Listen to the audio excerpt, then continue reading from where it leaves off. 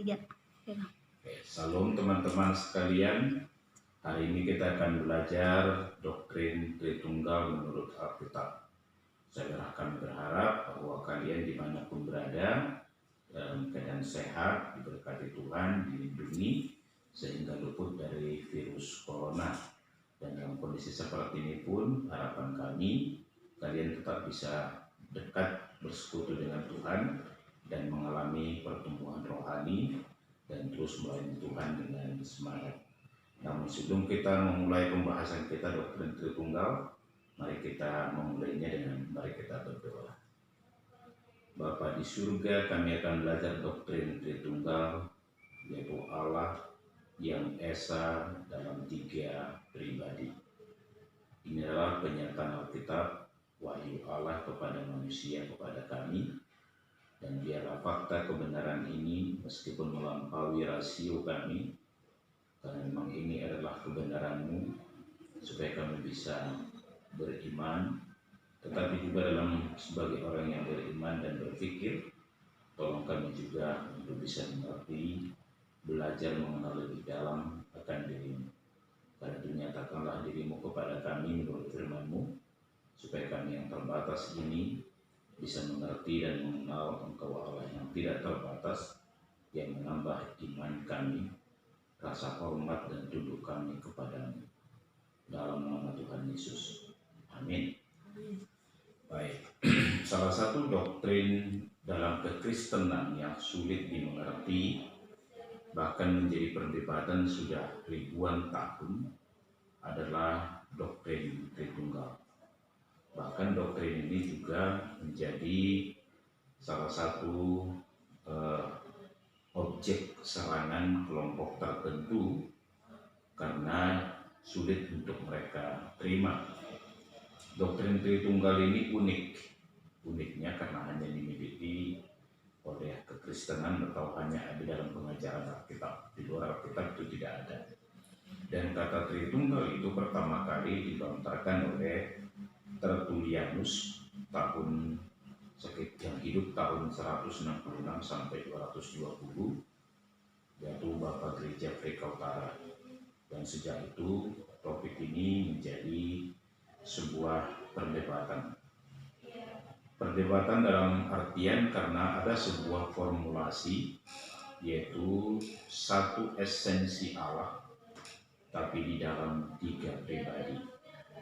Ya, ini makin memuncak lagi sekitar tahun 300-an Masehi sebagai salah satu usaha teologis yang sebenarnya untuk meresponi problem yang dihadapi gereja mula-mula pada saat itu. Ya, jadi iman murid-murid yang pertama yang percaya kepada Tuhan Yesus dituntut untuk menyelaraskan 3 arus kepercayaan yang berbeda dalam diri mereka. Yaitu apa? Mereka itu orang yang percaya pada jemaat mula-mula adalah orang Yahudi yang sangat teguh berpegang kepada monoteisme, yaitu Allah itu esa dan atau satu, itu konsep Judaisme, dan mereka kan berlatar belakang Yahudi. Baru yang kedua, ada pengakuan dan keyakinan bahwa Yesus adalah Tuhan. Dan setelah Pentakosta, ada pengalaman akan kehadiran Roh Kudus yang juga diyakini adalah pribadi Allah. Jadi ini yang terjadi bagi jemaat mula-mula. Maka kalau kita perhatikan di dalam hal ini, hal yang pertama kita bangun adalah hanya ada satu Allah.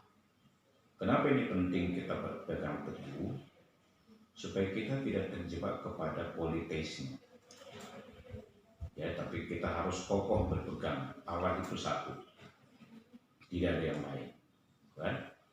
Maka sebagai orang Yahudi, orang Kristen belum itu tetap percaya bahwa Allah PL sama dengan selama-lamanya, bahwa Allah itu satu adanya. Dan tradisi Ibrani yang diwariskan kepada gereja adalah sebuah keyakinan pada satu Allah dan menolak segala penyembahan ilah lain.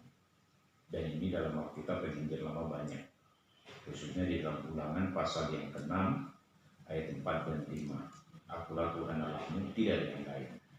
Inilah kepercayaan yang dipegang teguh oleh orang Kristen mula-mula. Satu-satunya Allah disembah itulah yang disebut dengan Allah Abraham, Allah Ishak, dan Allah Yakub. Yang kedua adalah soal ketuhanan Kristus atau Yesus adalah Tuhan. Ketika mereka percaya kepada Kristus waktu Yesus masih di dunia, ini kan sebuah proses yang juga harus mereka alami, yaitu mentuhankan Yesus di dalam hidupnya. Jadi orang Kristen awal menyembah kepada satu Allah, tapi juga mengetahui bahwa Allah itu menyatakan dirinya sendiri di dalam Yesus. Itu ya, jadi kalau misalnya kita perhatikan misalnya Yohanes 1 ayat 1, pada mulanya adalah firman, firman itu adalah Allah, dan firman itu bersama-sama dengan Allah. Ini kan keyakinan jemaat yang mula-mula, ya, bahwa Yesus adalah Allah. Karena di dalam ayat 3 Yohanes pasal 1 itu Yesus adalah mencipta segala sesuatu. Dan inilah Allah pribadi kedua yang berinkarnasi. Itulah Yohanes 1 ayat 14. Firman itu telah menjadi daging atau manusia dan diam di antara kita, dan kita telah melihat kemuliaannya. Disinilah orang Kristen mula-mula memegang satu kepercayaan yang tidak dikompromikan, yakni keilahian atau ketuhanan Yesus Kristus. Bahwa Yesus adalah Tuhan. Pada saat yang sama tetap memelihara pola Yesus sendiri yang Yesus sendiri ajarkan kepada para murid-muridnya, yaitu apa? Membedakan Yesus atau dirinya sebagai anak Allah dengan Dia Bapa yang diklaim Yesus sebagai Bapanya dan Bapa dari orang percaya. Ini kan berarti kan kalau kita lihat ini kan akhirnya jadi pemahaman akan dua pribadi jadinya. Sebelumnya monoteistik gitu. Artinya tetap monoteistik, tapi yang mereka kenal cuma satu, Allah Bapa. Dan munculnya pemakaian istilah Bapa dan Anak sebagai membedakan antara pribadi pertama dan pribadi kedua dalam Tritunggal.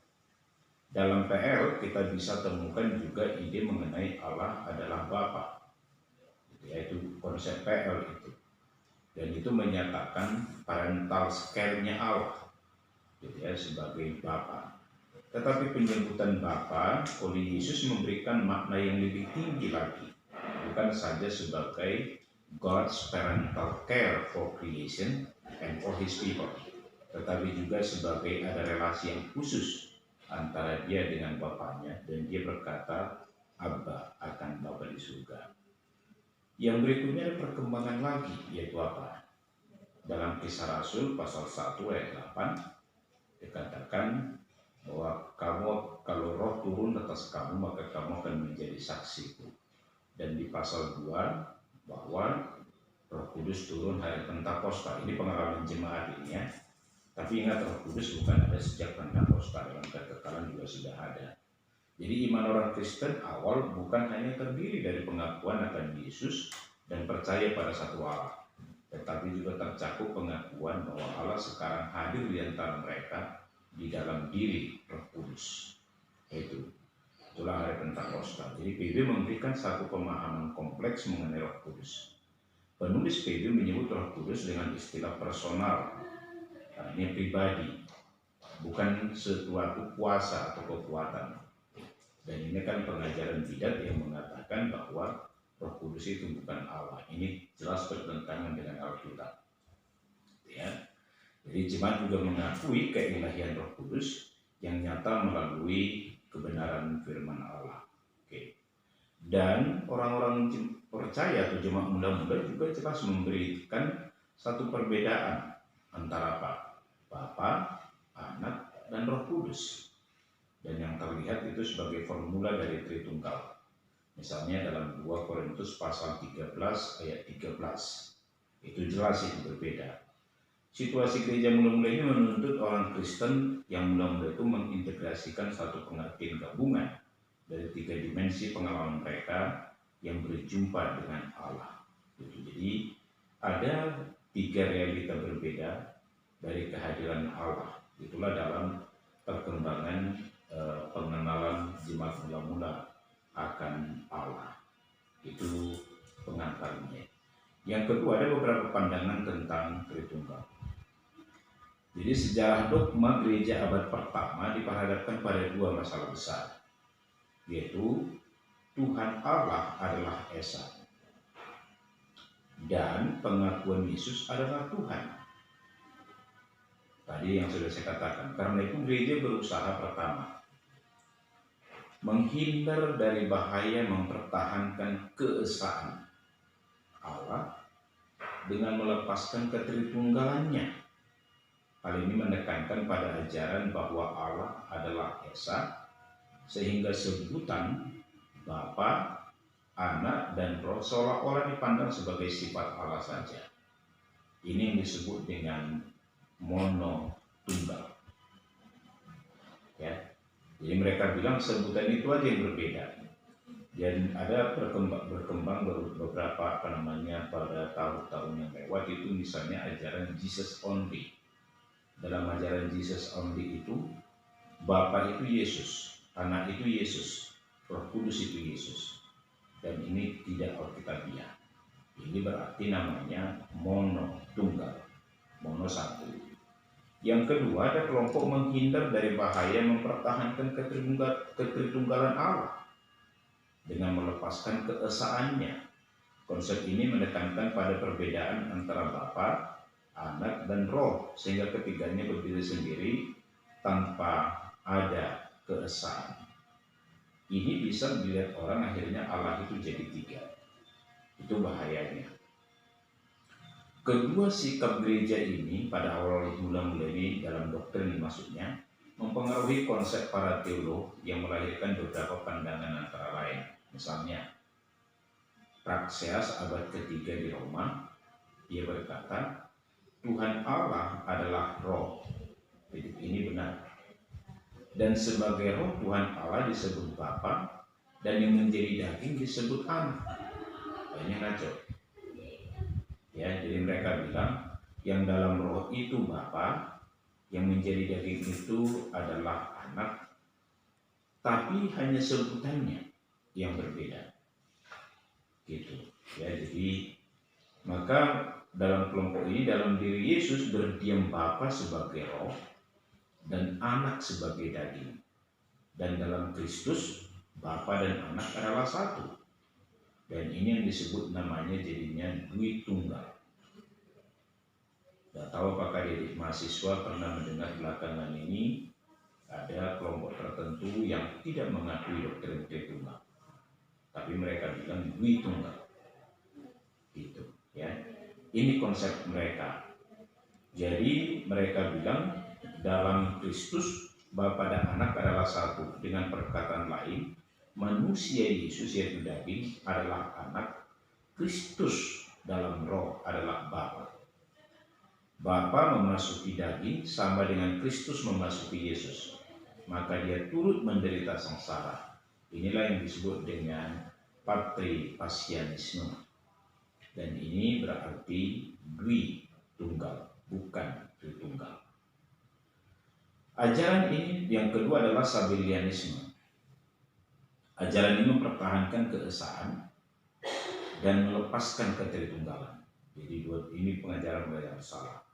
Mereka bilang Tuhan Allah itu Esa, maka sebutan Bapa, Anak, dan Roh adalah modalitas atau cara menampakkan dirinya. Maka mereka bilang ini misalnya waktu penciptaan Allah menyatakan diri sebagai Bapa. Waktu inkarnasi Allah menyatakan diri sebagai Anak. Sejak Pentakosta Allah menyatakan diri sebagai Roh Kudus. Ya, inilah pandangan yang disebut dengan sebuah penyangkalan Tritunggal sebenarnya. Ini dianut oleh monarsianisme. Ya, monarsianisme. Yang ketiga adalah Arianisme. Arianisme ini, pandangan ini mengatakan bahwa Allah, Anak, dan Roh adalah ciptaan Bapa. Maka mereka bilang bahwa Anak itu sebagai ciptaan Bapa. Dan salah satu ayat mereka ambil suka adalah Kolose 1 ayat yang ke-15. Padahal di dalam Kolose 1 ayat 15 itu menekankan bahwa Yesus lebih superior dari apapun dan dari siapapun, termasuk dari semua ciptaan. Artinya ayat itu tidak berkata Yesus adalah ciptaan, tapi Arianisme berkata bahwa Yesus adalah salah satu ciptaan Bapa. Jadi alam semesta ini diciptakan oleh Allah Anak dan Roh Kudus, diberi kuasa untuk membuat dan melaksanakan segala hal menurut kehendak Bapa. Hal ini berarti bahwa Allah Anak dan Allah Roh lebih rendah dari Bapa karena Anak dan Roh adalah ciptaan Bapa. Jelas ini bertentangan dengan Alkitab. Dan kalau kita perhatikan salah satu bidat klasik mengajarkan bahwa Yesus adalah ciptaan, dia bukan Tuhan. Itu sebabnya kelompok ini menolak doktrin Tritunggal dan menolak ketuhanan Yesus, dan hanya menerima Yesus sebagai juru selamat, tapi bukan Tuhan. Ini kelompok bidat yang sebagai hal yang sudah klasik. Yang keempat adalah Paulus dari Samosata. Menurut dia, Allah hanya dipandang dari satu pribadi. Allah dibedakan antara logos, hikmat, dan logos itu adalah anak, hikmat adalah roh. Jadi logos bukanlah satu pribadi, melainkan satu kekuatan yang tidak berpribadi. Ya, jadi Yesus Kristus adalah manusia yang datangnya dari bawah, tetapi padanya telah bekerja logos yang datangnya dari atas. Dan itu dianggap sebagai hikmat yang dimiliki oleh nabi-nabi. Ya, dalam hal ini jelas bertentangan dengan Alkitab. Yang berikutnya adalah Origenes. Origenes itu berkata tujuan Allah adalah Esa sebagai lawan dari segala yang banyak. Logos berdiri sendiri sebagai suatu zat yang memiliki kesadaran ilahi. Ya, jadi dalam hal ini ditekankan bahwa ada penyebutan saja, ya, karena kekuasaan kehendak ilahi, ia terus menerus dilahirkan dari zat ilahi. Tabiatnya sama dengan Allah, tetapi sebagai yang keluar dari Allah, maka ia lebih rendah dari Bapa, yaitu sebagai pangkat ketiga setelah Yesus, itulah Roh Kudus. Ini ajaran yang disebut dengan subordinasianisme, ya, subordinasianisme. Ini semua pandangan-pandangan yang salah. Terus gimana dengan pandangan Alkitab tentang Tritunggal? Harus kita sadari istilah atau perkataan Tritunggal atau Trinitas tidak ada tertulis secara harafiah dalam Alkitab. Tetapi doktrin ini adalah konsep Alkitab. Hanya satu kata gitu. Makanya kan orang suka bilang gini, kan nggak ada satu kata pun di Alkitab tentang Tritunggal. Apa yang kita percaya? Memang secara kata itu tidak ada, tapi doktrin itu jelas ada di dalam Alkitab. Jadi doktrin Tritunggal adalah suatu doktrin pewahyuan atau melalui wahyu ilahi. Doktrin Tritunggal adalah sesuatu yang unik karena mengklaim, kenapa unik? Mengklaim bahwa Allah adalah Esa, tapi terdiri dari 3 pribadi. Apa arti Tritunggal? Sederhananya, Allah yang Esa beroknum 3, tetapi tidak campur baur satu dengan yang lain. Saya ulangi, Allah yang Esa beroknum 3 atau 3 pribadi, tetapi ketiga pribadi itu tidak campur baur satu dengan yang lain. Allah yang Esa memperkenalkan dirinya sebagai Allah Tritunggal, 3 oknum atau pribadi, tetapi satu Allah. Ketiga-tiganya tidak terpisahkan satu dengan yang lain, namun berbeda juga. Allah secara kekal berada dalam 3 pribadi, Bapa, Anak, dan Roh, dan setiap pribadi adalah sungguh-sungguh Allah, tetapi hanya ada satu Allah, meskipun dalam 3 pribadi. Bagaimana formulasi Tritunggal ini? Ya, relasi antara Bapa, Anak, dan Roh pertama kali dicoba diformulasikan oleh Basil, Gregory of Nyssa, dan Gregory of Nazianzus. Ya, Nazianzus yang dikenal dengan sebutan Cappadocian Fathers. Ya, jadi Cappadocian Fathers. Tujuan mereka adalah mencari jalan tengah agar tidak jatuh kepada dua ekstrim bidat, yaitu kesalahan tritheisme atau kesalahan Sabellius. Untuk memformulasikan ajaran Tritunggal, mereka memakai dua istilah Yunani yang disinonim dengan yaitu apa? Ousia atau esensi, natur, hypostasis atau center of consciousness, independent reality. Ya, jadi mereka mengatakan bahwa Allah adalah satu esensi ousia, tetapi tiga hipostasis, penyataan diri yang independen. Jadi Roh Kudus, Allah, Bapa, dan Yesus adalah tiga pribadi yang independen, ya. Gitu.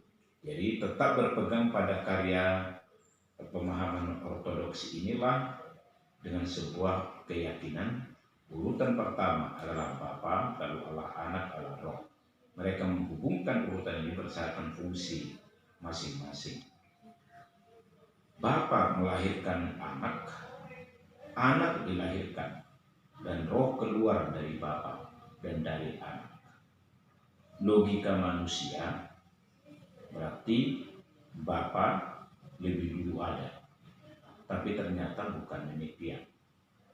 Jadi Allah Bapa dan Allah Anak dan Allah Roh dalam hal waktu sama, dalam hal posisi kuasa sama, gitu ya. Jadi bukan minus sesuatu. Jadi yang disebut dengan sebuah subordinasi urutan atau subordination of order, ya, Bapa, Anak, dan Roh, tetapi equally divine, tapi sama-sama ilahi. Jadi konsepsi ini tetap memelihara warisan monoteisme, sekaligus mengakui keilahian Yesus dan keilahian Roh Kudus. Jadi perbedaan Bapa, Anak, dan Roh bukanlah perbedaan Allah dalam esensi dan penampakan, melainkan perbedaan itu ada di dalam kekekalan. Gitu. Jadi kita menolak modalisme, maka jangan ada katakan dulu zamannya Bapa, zamannya Anak, sekarang zaman Roh Kudus.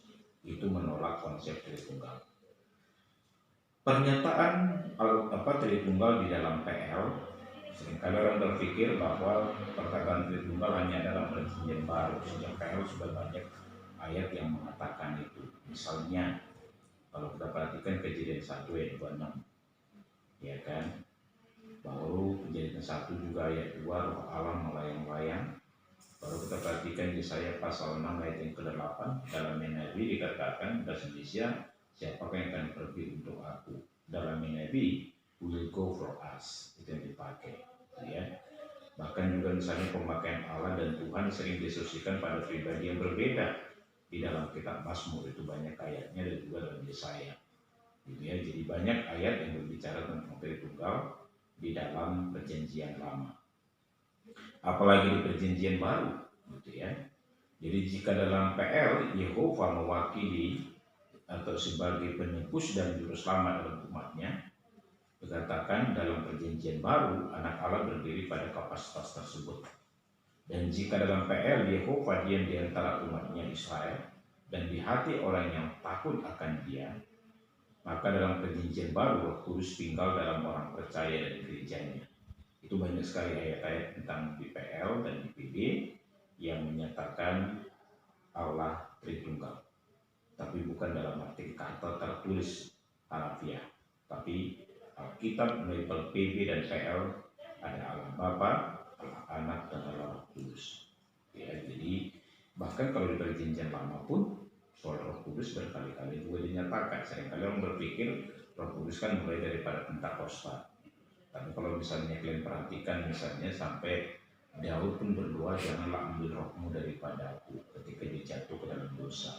Di Kejadian pun bahwa Allah Roh Kudus ada, artinya sudah disebutkan. Oke, jadi ini yang harus kita sadari bersama-sama. Maka dalam Tritunggal, saya akan cut cepat, dalam Tritunggal ini dari pengejaran Alkitab Ada 3 pernyataan Tritunggal tentang Tritunggal. Pertama, Allah ada dengan 3 pribadi. Ini Alkitab menyatakannya. Tadi sudah dipaparkan. Yang kedua, setiap pribadi Allah Tritunggal itu sungguh-sungguh Allah. Tidak lebih rendah atau tidak influence. Dan yang ketiga, hanya ada satu Allah. Itu. Maka Allah dalam 3 pribadi itu bagaimana?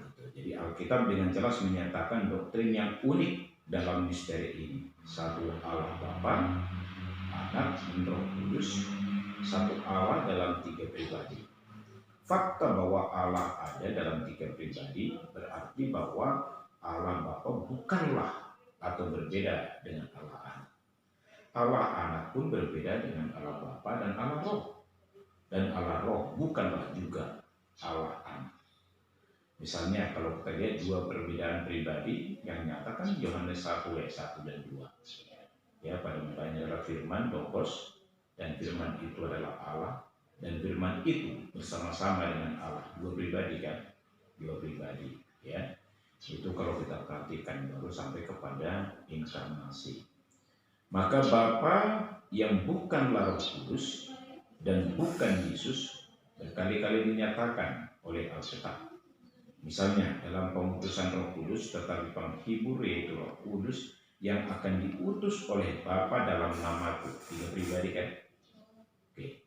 Dialah yang akan mengajarkan segala sesuatu kepadamu dan akan mengingatkan kamu akan semua yang telah kukatakan kepadamu. Yohanes 14 ayat 26. Roh Kudus berdoa bagi kita kepada Allah dalam pengutusan murid, dan Yesus mengutus Roh Kudus. Ini kalau kita lihat artinya jelas ada 3 pribadi.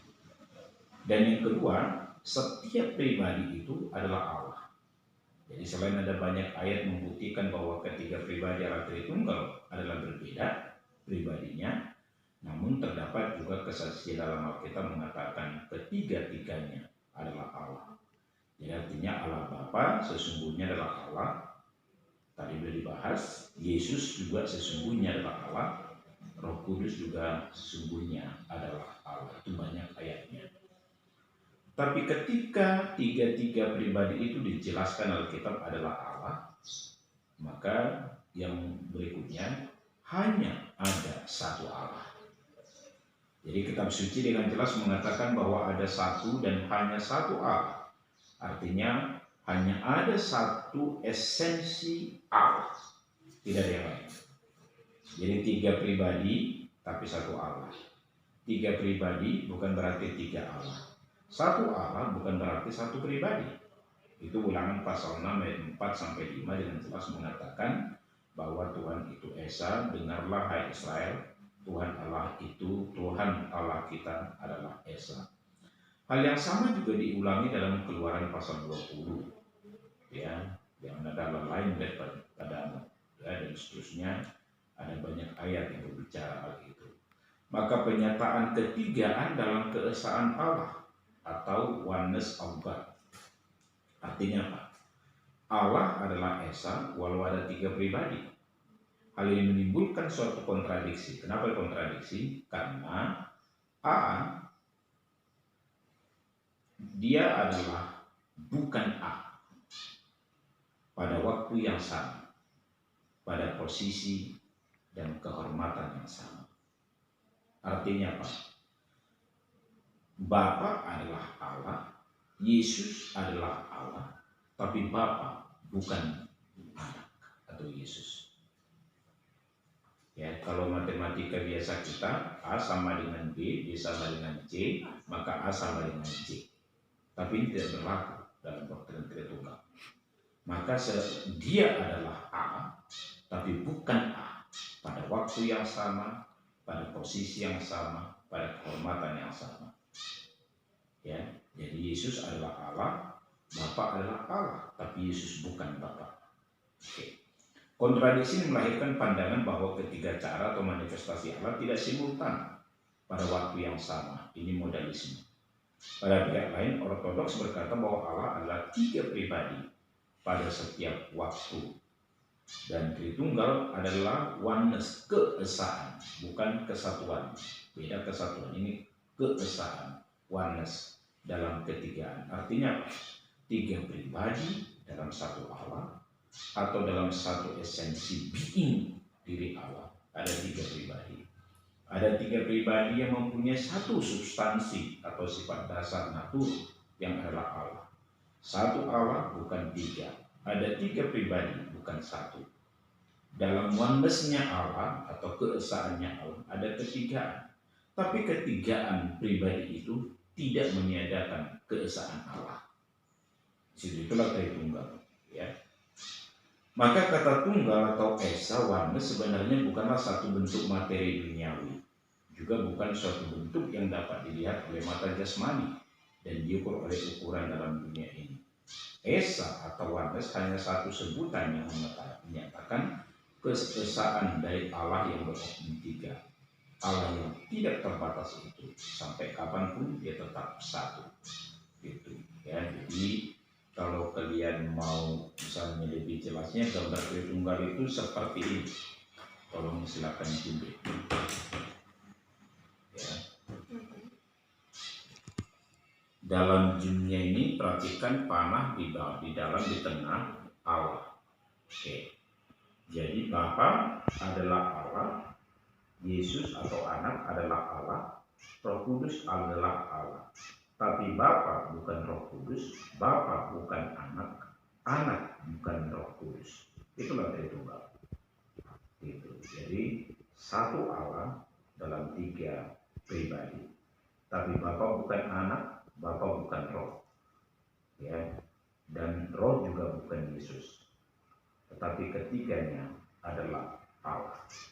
Itu yang kalau mau kita lihat bagian daripada Tritunggal dengan gambar yang sederhana ini. Logika manusia seharusnya mengatakan berarti 3 Allah, bukan, tapi Tritunggal, satu Allah tapi 3 pribadi. 3 pribadi bukan berarti harus 3 Allah, tapi 3 pribadi tetap satu Allah. Ini kalau dari segi bagiannya, ya. Ada beberapa perdebatan, misalnya Pak, soal posisi, soal pengetahuan, soal kuasa. Alkitab mengatakan sama, gitu, ya. Itu Alkitab mengatakan sama. Itulah beberapa sekedar berbicara tentang pengantar doktrin Tritunggal yang kita bahas pada pertemuan kita ini. Oke. Jadi kita tetap berpegang teguh karena itulah Alkitab katakan bahwa Allah menyatakan dirinya dalam 3 pribadi, tetapi tetap satu Allah. Oke, baik, itu pengantar sementara. Kalau ada, kita akan bisa diskusi interaksi pada saat ini. Jadi kan ini kemarin ada pertanyaan-pertanyaan yang kami kumpulkan baik dari apakah dan dari CPKK-nya. Jadi beberapa juga udah kami rumuskan urutannya, tapi kalau misalnya mungkin jadinya timbal balik mohon dikoreksi aja ya Bang. Jadi yang pertama ini tentang sering kita dengar pernyataan Yesus adalah 100% manusia dan Yesus adalah 100% Allah Bang, dalam pribadinya Yesus. Jadi pertanyaan dari adik-adik itu, apakah makna hakikat Yesus sebagai manusia dan Allah dan sebagai Allah pada pernyataan tersebut terjadi secara bersamaan? Nah, ini diambil pemisalan di dalam Alkitab pada Matius 24 ayat 36 yang tetapi tentang hari dan saat itu tidak seorang pun yang tahu, malaikat-malaikat di surga tidak dan anak pun tidak, hanya Bapa sendiri. Jadi seakan-akan Yesus itu terpisah dari Allah, yang seperti tadi udah ada juga Abang sampaikan bahwa salah kalau kita katakan seakan-akan Yesus itu berbeda dari Allah. Memang pribadi yang berbeda. Berbeda. Pribadi yang berbeda. Jadi Allah Bapa memang berbeda dengan pribadi Allah Anak Yesus, tapi dua-duanya Allah. Gitu. Nah, jadi pertanyaannya Pak. Jadi dalam ayat ini Bang, siapa yang berperan sebenarnya dalam ayat Matius 24 ayat 36? Kenapa Yesus yang juga 100% Allah tidak mengetahui yang Bapa ketahui? Oke, akan hari kedatangannya kedua kali. Yesus bilang, malaikat tidak tahu, anak manusia juga tidak tahu kecuali Bapa. Gitu. Baik. Yang pertama saya harus menjelaskan adalah tidak perlu ada sebuah keraguan karena Alkitab memang menyatakan Yesus adalah Allah. Misalnya di dalam Kolose pasal 1 ayat 19 berkatakan bahwa di dalam Dia Yesus berdiam seluruh kepenuhan Allah. Itu artinya Yesus Allah kan. Dalam Kolose pasal 2 ayat 9, di dalam Dia berdiam secara jasmani. Ya, di dalam Dia berdiam secara jasmani seluruh kebenaran Allah. Berarti manusia Yesus adalah Allah 100%. Tapi manusia 100%. Maka perhatikan Yohanes 1 ayat 14. Firman itu telah menjadi daging atau manusia dan diam di antara kita. Itulah inkarnasi, Allah menjadi manusia. Tapi Allah menjadi manusia, dulu saya pernah pemahaman saya begini. Kalau inkarnasi Allah menjadi manusia, berarti Allah kosong di surga. Tidak tahu pernah kalian berpikir seperti itu atau enggak? Saya pernah berpikir seperti itu. Ternyata yang berinkarnasi itu bukan Allah Bapa. Yang berinkarnasi itu adalah pribadi kedua dari Allah Tritunggal. Itulah yang berinkarnasi yang datang ke dunia. Artinya apa? Yesus sebelum dia datang ke dunia sudah ada di dalam kekekalan. Jadi yang berinkarnasi itu bukan Allah Bapa. Tapi yang berinkarnasi itu adalah Allah pribadi kedua yang datang ke dunia menjadi manusia. Itulah Natal yang kita rayakan. Itulah inkarnasi. Maka dikatakan Yohanes 1:14 itu firman itu telah menjadi daging atau manusia dan diam di antara kita. Itulah Filipi pasal yang kedua juga ayat 5 sampai ayat yang ke-9. Bahwa dia tidak mempertahankan kesetaraannya dengan Allah sebagai yang harus pertahankan, tapi dia mengambil rupa menjadi seorang hamba, menjadi seorang manusia, bahkan sampai mati di kayu salib. Itulah inkarnasi. Maka tolong dipahami, kalau dikatakan Yesus 100% Allah, 100% manusia, memang iya, tapi tetap 100%. Logikanya 100% tambah 100% 200. Tapi ini enggak. Yesus itu 100% naturnya Allah, 100% naturnya manusia, tapi tetap dalam satu pribadi 100%. Jadi dia dalam Yesus itu dia manusia ilahi. Kalau dikatakan istilahnya gini, Yesus bukan sebatas a good man, orang baik, tapi Yesus adalah a God man. Gitu. Itulah sebabnya dalam kita di Kidung Jemaat misalnya Allah dan manusia. Tuhanku Yesus Raja alam raya, Allah dan manusia. Itu. Jadi artinya inkarnasi bukan minus sesuatu, tapi inkarnasi plus sesuatu. Apa maksudnya? Ke dalam diri Allah pribadi kedua ditambahkan natur manusia. Itulah Yesus. Makanya dia 100% Allah, 100% manusia. Maka pertanyaannya, kenapa waktu ditanya tentang hari H akhir zaman, Yesus berkata, anak manusia tidak tahu, hanya Bapa yang tahu, malaikat juga tidak tahu. Baik. Dalam hal ini sebenarnya yang saya jelaskan ini kristologi, bukan Tritunggal lagi, gitu ya, ilmu tentang Kristus. Dalam hal ini kita pahami ada sebuah istilah yang menyebutkan self-chosen limitation, keputusan untuk membatasi diri.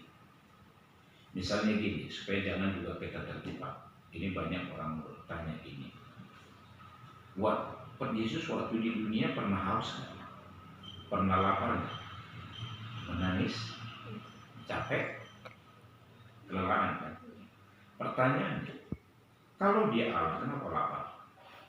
Kalau dia Allah kenapa haus? Jangan lupa, di dalam dirinya ada manusia. Dia adalah manusia sejati. Wajar dong haus dan lapar. Di situ. Tapi kita juga jangan terjebak waktu lapar yang muncul manusianya. Waktu haus yang muncul, waktu menyembuhkan muncul Allahnya, bukan. Yesus kapanpun tetap 100% Allah, 100% manusia. Maka pertanyaannya, kenapa dia tidak tahu? Itu yang disebut dengan self-chosen limitation. Jadi keputusan sendiri itu sebagai hak prerogatifnya untuk memilih untuk tidak tahu. Bukan dia tidak tahu, tapi dia self-chosen. Contohnya apa? Ada dua ilustrasi di dalam hal ini, ya, yang pernah saya baca. Pertama bilang gini, kalau ada seorang pemain basket yang terkenal, pemain NBA di Amerika, tahu ya, gitu. Dia sedang bermain basket dengan seorang anak kecil di Indonesia. Pertanyaannya, apakah pemain profesional NBA ini mengeluarkan semua kemampuannya ketika bermain basket dengan anak kecil di Indonesia? Itu namanya self-chosen limitation dari Yesus. Itu pertama. Yang kedua, ada suatu gambaran berkata seperti ini. Misalnya, kalau ada seorang pelari Olimpiade 100 meter, lari cepat, sprinter 100 meter Olimpiade, mungkin dia bisa 100 meter itu ditempuh dengan 9 atau 10 detik. Tapi coba ketika ke tangan dia, diikatkan tangan kita dan sama-sama berlari, dia masih bisa lari nggak 9 detik. Itulah makanya dikatakan ke dalam dirinya ditambahkan manusia.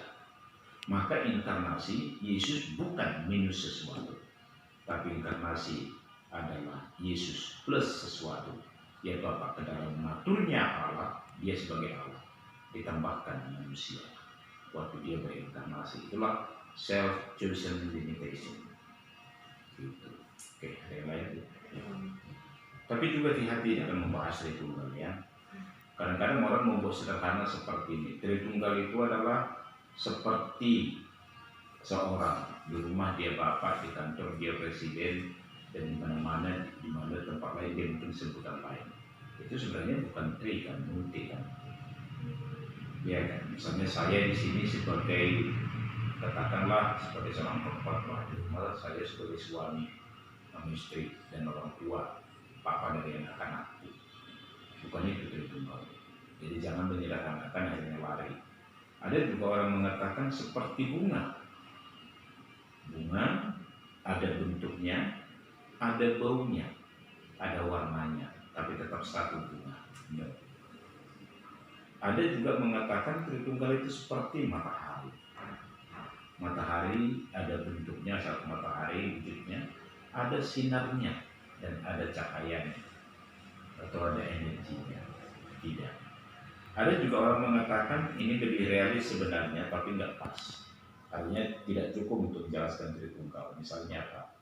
Air rumus kimianya apa? H2O. Oke. Kalau dia jadi S, H2O tetap. S kan H2O juga kan? Oke. Dan kalau dia juga air minum yang kita minum itu H2O, kalau dia jadi uap, H2O. Ya, tapi artinya bentuknya beda, tapi tetap esensinya H2O. Ada orang bilang seperti itu Roh Kudus, meskipun masuk akal enggak, bukan sebatas itu. Ya, jadi Tritunggal sesuai Roh Kudus. Orang berpikir seperti itulah Tritunggal, bukan. Ya, Tritunggal itu melampaui itu. Jadi artinya kita nggak mau menyederhanakan supaya orang mengerti. Tapi persoalannya ini kan fakta Alkitab yang mengatakannya. Ingat masih lagu sekolah minggu. Yes, Jesus loves me. The Bible tells me so. Bagaimana kita tahu bahwa Yesus mengasihi kita? Alkitab yang menyatakan. Bagaimana kita tahu, percaya, dan meyakini Allah Tritunggal? Alkitab yang menyatakan. Nah, gitu. Oke, ada yang lain deh.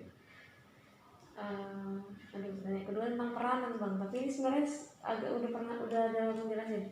Berbicara tentang peranan Allah Tritunggal, apakah ketika penciptaan hanya Allah Bapa yang bekerja, ketika penebusan hanya Yesus yang bekerja, ketika menginsafkan dan menuntut pribadi manusia dalam hidupnya hanya Roh Kudus yang bekerja? Itu yang disebut dengan subordinasi. Ya, subordinasi, tapi itu bukan pekerjaan satu pribadi.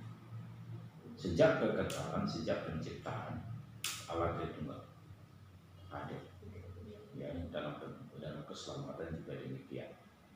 Jadi Allah Bapa merencanakan keselamatan, Yesus mengerjakannya, Roh Kudus menggenapi keselamatan itu dalam diri orang percaya. Gitu. Ya.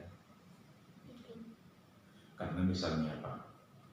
Dalam penciptaan misalnya, Bapa mencipta, ayatnya banyak, Kejadian 1 ayat 1, Kejadian 20, Allah Anak mencipta.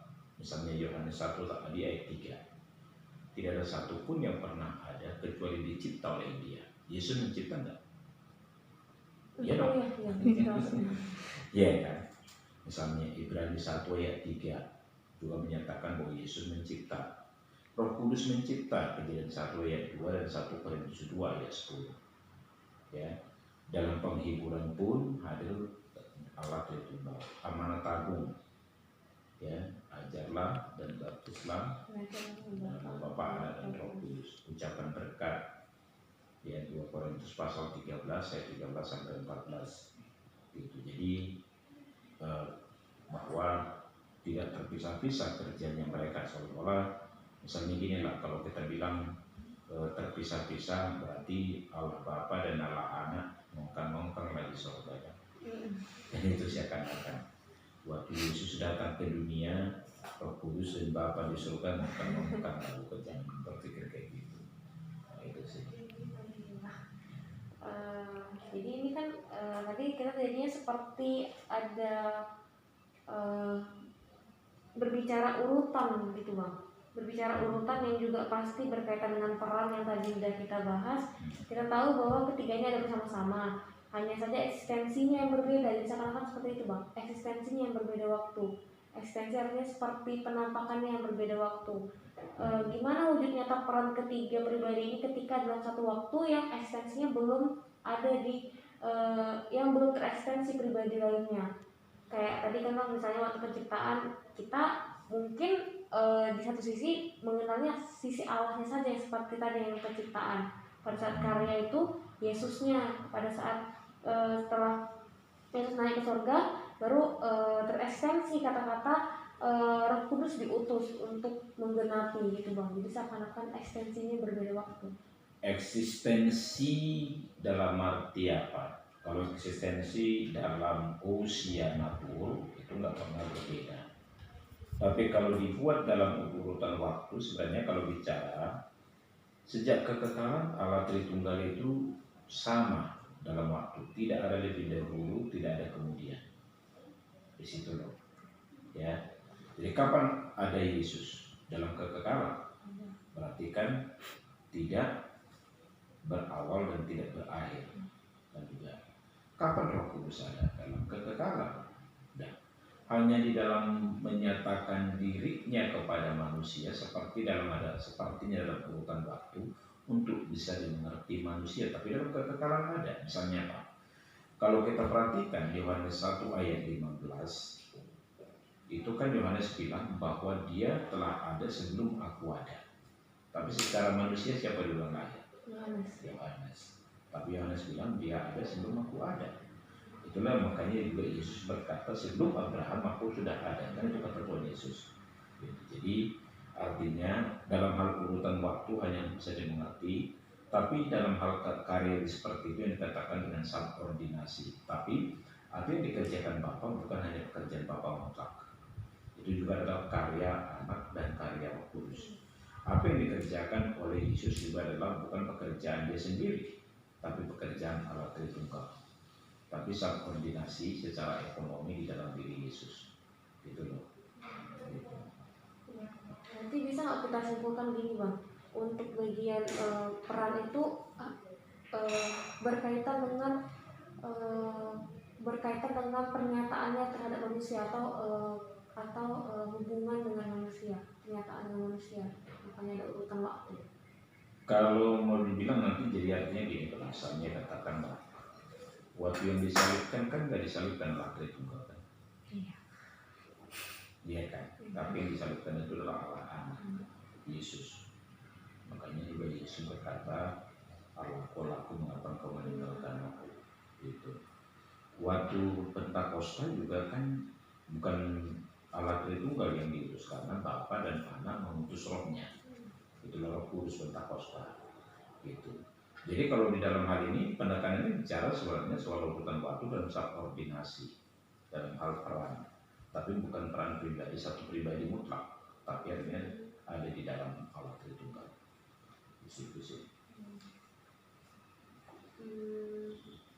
Terus bang pertanyaannya, mengapa doktrin Allah Tritunggal penting untuk diketahui? Apakah mempengaruhi pengenalan kita dengan Allah sendiri dan penyembahan kita kepadanya?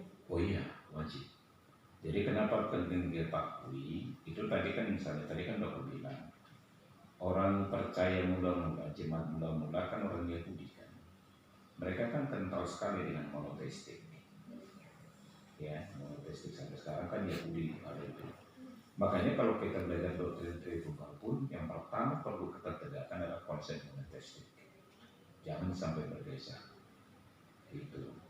Baru setelah itu kan ada realita yang kedua, yaitu apa? Waktu Yesus datang ke dunia, itu kan deklarasi bahwa dia anak Allah, adalah Tuhan. Dan itu anak Allah berarti kan adalah Allah. Dan dalam Injil Yohanes kan berbicara banyak kealahan Yesus kan, Injil Yohanes itu. Ini kan menimbulkan sebuah gejolak dalam diri mereka. Gitu. Makanya kalau mau kita lihat misalnya, apa sih alasan utama salah satu alasan kenapa Yesus disalibkan? Kan dianggap menghujat Allah ketika dia mengakui dirinya anak Allah. Kan gitu. Karena itu memang susah untuk mereka terima. Karena prinsip monoteistik itu. Tapi nggak bisa dipungkiri bahwa Yesus adalah Tuhan. Dan itulah pemahaman yang akhirnya dimiliki oleh jemaat mula-mula ketika mereka percaya kepada Yesus adalah Tuhan, dan juga jemaat mula-mula yang berikutnya setelah Pentakosta. Dan setelah Pentakosta kan apa yang terjadi? Ada pemahaman teologi yang baru lagi tentunya, yaitu apa? Bahwa fakta menyatakan bahwa Roh Kudus adalah Allah, adalah pribadi. Di sini jadi ini pergulatan bagi diri mereka. Karena itu, apakah perlu? Saya pikir wajib, bukan hanya perlu. Karena apa? Kalau tanpa pengenalan akan siapa Allah, pertanyaannya, kita beriman kepada siapa? Dan gitu ya. Artinya apa? Penting iman yang tulus, tapi juga pengenalan akan objek iman, supaya jangan sesat dalam ketulusan. Kan gitu. Malah kalau kita mengacu kepada Injil Yohanes pasal 17 ayat 3, inilah hidup kekal itu, bahwa mereka mengenal Engkau satu-satunya Allah. Nah itu. Jadi bicara hidup kekal sebenarnya iman yang menyelamatkan adalah keyakinan akan siapa Allah, beriman kepada Allah yang benar. Gitu. Kenapa? Misalnya saya kasih ilustrasi. Kalau kita mau ke kota A, harus naik bus yang ke kota itu kan. Kalau kita mau ke kota A, tapi naik bus ke kota B, sampai di mana? Di kota B. Padahal tulus sekali kita, yakin kali kita akan sampai di sini. Tetapi kan jadinya kita kan nggak sampai di kota A. Meskipun yakin kali kita akan sampai di kota A, tapi kita naik bus yang ke kota B. Apa yang mau saya katakan di sini? Iman yang benar, tulus, itu ditentukan oleh objek iman yang benar. Satu. Yang kedua, itu bicara keselamatan. Yang kedua, rasa hormat, rasa pemujaan, penyembahan kita ditentukan oleh pengenalan kita siapa Allah. Respek kita kan kepada orang aja kan ditentukan pengenalan kita dan dia.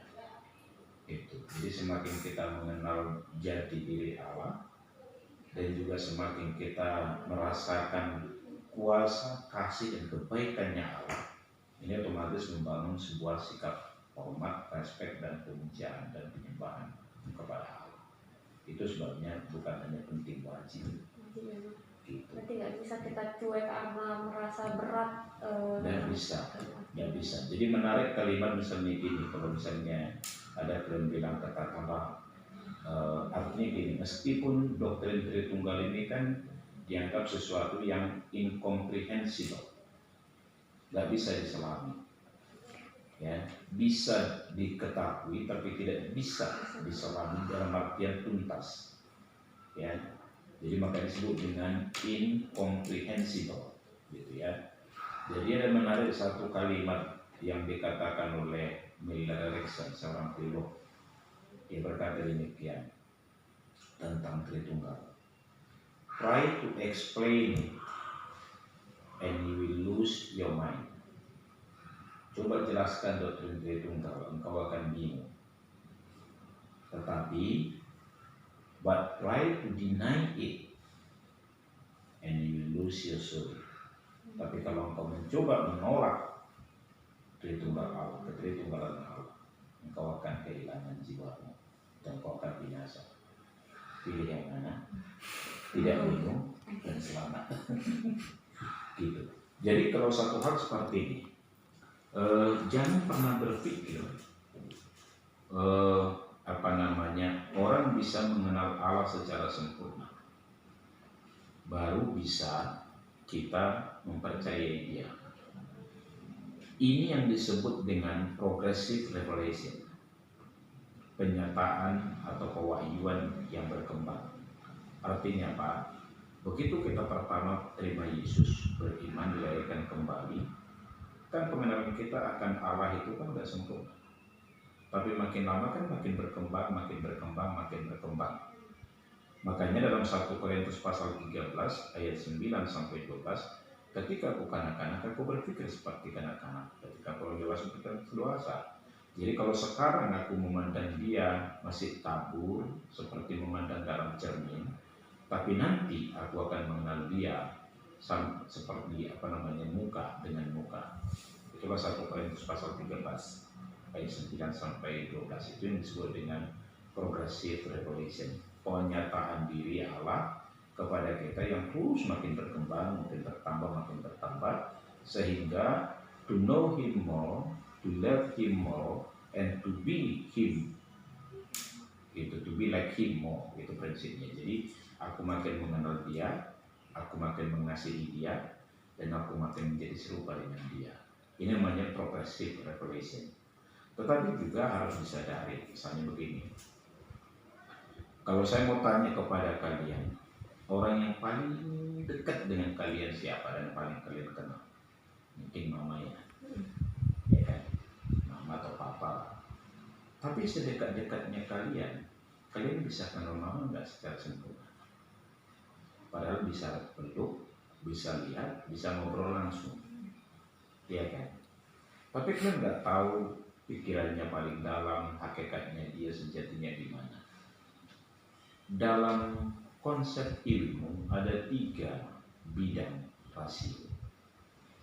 1 di bawah rasio, 2 selevel rasio, yang ketiga di atas rasio. Yang di bawah rasio itu semua namanya materi atau benda. Maka semua namanya materi bisa nggak diteliti? Terdiri dari unsur apa aja, ini berapa persen, semua materi bisa kan? Itu namanya di bawah rasio. Tetapi yang kedua adalah selevel rasio. Siapa? Manusia. Bersama manusia. Tadi saya katakan, mama kita yang paling dekat dengan kita pun gagal kita untuk mengerti. Itulah selevel dengan rasio. Di atas rasio adalah Allah, sang pencipta rasio. Maka tidak mungkin manusia bisa mengerti Allah secara sempurna kecuali nanti saat bertemu muka dengan muka. Itulah 1 Korintus pasal 13 ayat 9-12 itu. Karena level kita yang level rasio ketiga adalah di atas rasio, itulah Allah, sang pencipta rasio. Gak mungkin ciptaan bisa mengerti pencipta secara benar, sempurna, kecuali pencipta itu menyatakan dirinya. Itulah Kristus yang berinkarnasi. Makanya Allah yang tidak terbatas menjadi diri yang terbatas di dalam diri Kristus, supaya manusia yang terbatas bisa mengenal Allah yang tidak terbatas, dan itulah melalui Yesus. Di situ. Jadi ini proses pembelajaran yang harus kita lakukan terus. Tapi artinya apa? Kalau ditanya kenapa saya percaya Allah Tritunggal? Karena memang Allah menyatakan dirinya demikian. Dari mana saya tahu? Hanya Alkitab. Makanya belajar Tritunggal bukan dari buku dan ilmu manapun. Gitu. Makanya saya selalu katakan kalau belajar doktrin Tritunggal adalah belajar atau doktrin Tritunggal menurut Alkitab. Itu saya suka selalu pakai kata itu, menurut Alkitab. Karena kalau menurut pandangan lain dan ilmuwan dan lain pasti bertentangan. Nah, gitu. Itu sih ya. Ini kemudian Bang, nggak tahu sih Bang cara mudahnya atau enggak, tapi mungkin gimana cara mudahnya atau cara sederhananya ketika disuruh menjelaskan Allah Tritunggal kepada orang yang belum percaya. Bisa non Kristen, bisa juga Kristen, tapi bisa juga ada Kristen tapi sebenarnya kita tahu belum menerima Yesus gitu Bang. Supaya bisa berwujudkan. Pertama tetap carilah atau belajarlah doktrin Tritunggal apa yang dikatakan Alkitab itu. Misalnya dari mana aku tahu bahwa Allah sayang sama aku? Alkitab menyatakan. Dari mana satu doktrin itu kita yakini adalah benar? Alkitab menyatakan itu satu. Jadi belajar terus dari prinsip Alkitab. Yang kedua adalah tadi bahkan kan yang membuat segitiga itu loh penjelasan yang sederhana. Tapi ingat, Allah tidak pernah menyatakan dirinya kepada siapapun hanya sekedar untuk memuaskan keinginan tahu seseorang. Tapi Allah mau menyatakan dirinya kepada orang yang mau menyembah Dia dan beriman dan menyembah Dia. Maka jangan pernah berpikir bicara Allah Tritunggal akan membawa orang datang kepada Yesus. Belum tentu.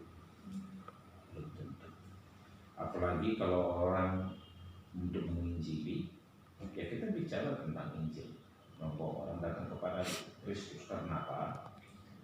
Untuk percaya Yesus adalah Tuhan itu bisa dimengerti, nggak bisa diterima nggak pada zaman ini.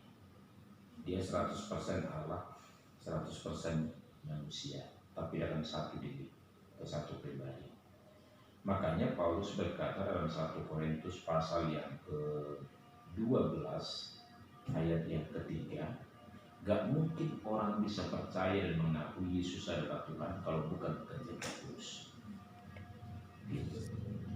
Maka perdebatan teologi belum tentu membawa orang datang kepada Tuhan. Tapi iman kepada Yesus Kristus lah yang membuat orang akhirnya mengalami perjumpaan dengan Tuhan. Jadi kalau tapi apakah kita boleh menjelaskan? Boleh dong. Apakah boleh kita mempertanggungjawabkan wajib? Makanya di dalam 1 Petrus itu dikatakan siap-sedialah memberikan pertanggungjawaban imanmu kepada orang lain. Kemudian kalau orang tanya tentang Tritunggal, dia sudah jelaskan. Kalau dia ngerti, puji Tuhan. Kalau nggak mau juga ngerti dan menolak juga tidak apa-apa. Tapi memang itulah konsep Alkitab, bahwa Allah Tritunggal 3 pribadi, tapi satu Allah. Tapi berbeda, tapi tidak bisa dipisahkan. Betulnya kalau belum berbeda kan harusnya belum dipisahkan. Kenapa tidak bisa dipisahkan? Karena dia tiga-tiganya Allah. Gitu.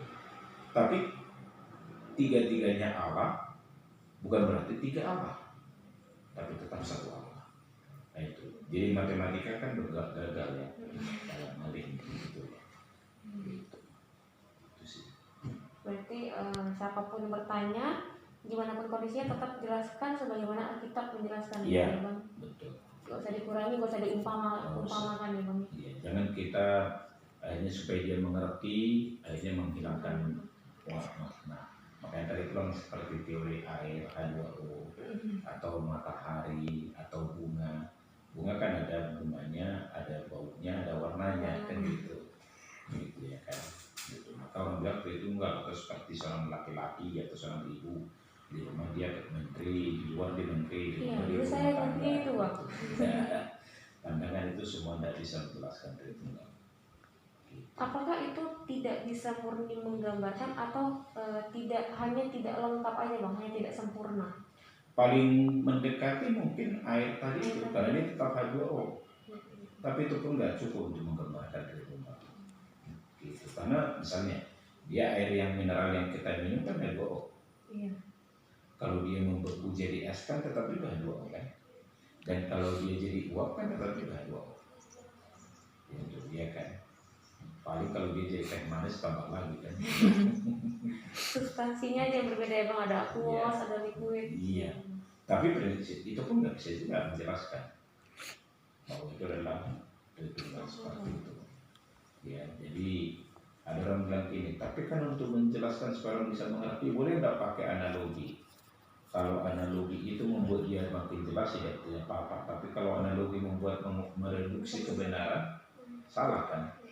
Jangan analogi mereduksi kebenaran. Gitu.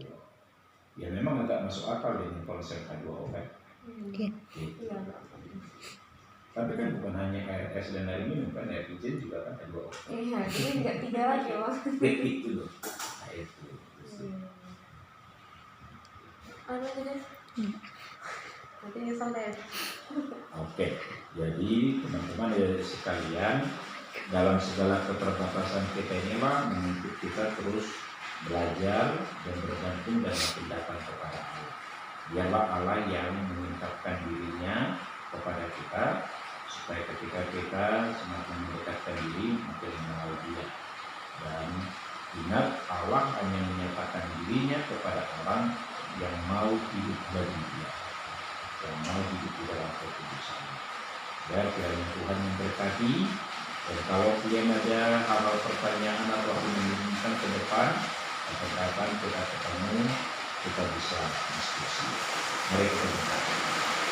Bapak, terima kasih untuk sharing dan diskusi kami akan pribadi-Mu ya Allah, yang tidak terbatas, yang tidak terselami itu, yang tunggal. Tapi kami bersyukur kami punya Roh Kudus, kami bersyukur punya Alkitab firman-Mu. Biarlah kami mengimani apa yang dikatakan oleh Alkitab, karena Alkitab adalah firman Allah yang tidak salah di dalam pewahyuan dan pembisan yang pertama. Dan tolong kami berpegang teguh kepada apa yang dikatakan oleh firman-Mu, sehingga kebenaran Tritunggal mengatakan firman Tuhan kami pegang teguh, dan kami tetap beriman, hormat dan tunduk kepada-Mu ya Allah. Dalam nama Tuhan Yesus. Amin.